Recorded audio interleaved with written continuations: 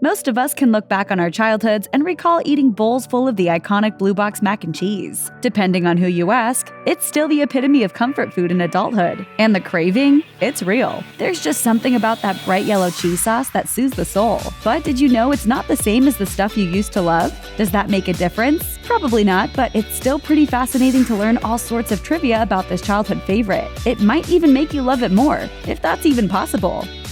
Depression-era affordability. Kraft Macaroni Cheese has been around since 1937, and that processed cheese was a game-changer during the Great Depression. The idea to box the pasta with the processed cheese as an easy dinner came about when a salesman started selling pasta with a packet of Kraft cheese attached with a rubber band. Inspired by that, Kraft began marketing the product as Kraft Dinner, with one box costing only pennies. Because of its affordability, long shelf life, and ability to feed a family of 4, the product flew off shelves and sold 8 million boxes in the first year. World War II kept the popularity of the product going. Due to food rationing during wartime, 2 boxes of Kraft Dinner could be purchased for 1 rationing coupon, and Kraft sold 80 million boxes in 1943. This is incredible. You like it? Oh my God. Oh, that is such a relief because I worked so hard on it. Yeah. You know, I call it Mac's famous mac and cheese. The biggest fans in the world. Think you love this stuff? You might not have anything on the average Canadian, because they're way more serious about their boxed cheesy pasta than Americans. They eat so much of it that they've made Kraft Dinner the top-selling grocery item in their country, with each person eating an average of 3.2 boxes per year. That's an astounding 55% more than Americans eat, and it's such a big deal it even got a trendy new name and makeover in 2015. Now, Kraft Dinner is just KD. Canadians are also responsible for a good chunk of the worldwide mac and cheese consumption, eating 1.7 million of the 7 million boxes sold each week. They do love their KD. Ooh, cheese.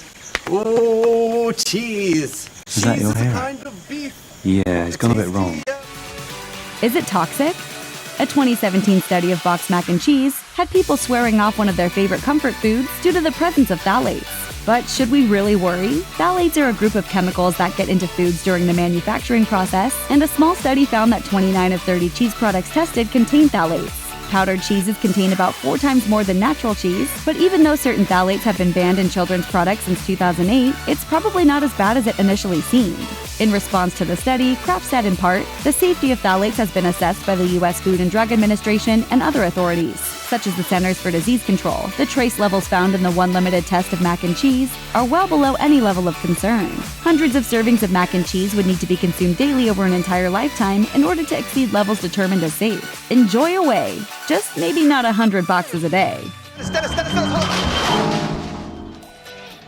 What's the white stuff?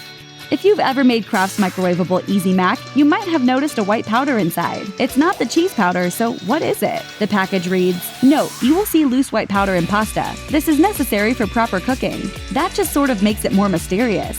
But Kraft says it's nothing more than modified food starch included to prevent the Easy Mac from boiling over in the microwave. It also acts as a thickening agent, but since it's commonly made from corn, wheat, potato, and tapioca, that's something to keep in mind if you have allergies. If you do, just stick with the stovetop stuff. Secret switcheroo. So, did you notice when they changed the recipe without telling anyone? In what Kraft called the world's largest blind taste test, it was revealed in March 2016 that the company had overhauled their original mac and cheese recipe to remove artificial flavors, preservatives, and dyes. But the change actually took place in December 2015. And by the time they let us all in on the secret, they'd sold more than 50 million boxes without anyone noticing. The recipe reformulation came in response to consumers' desire for simpler ingredients. That classic yellow color is no longer achieved with yellow 5 and yellow 6, but paprika, annatto, and turmeric. Well played, Kraft. Word to your mother.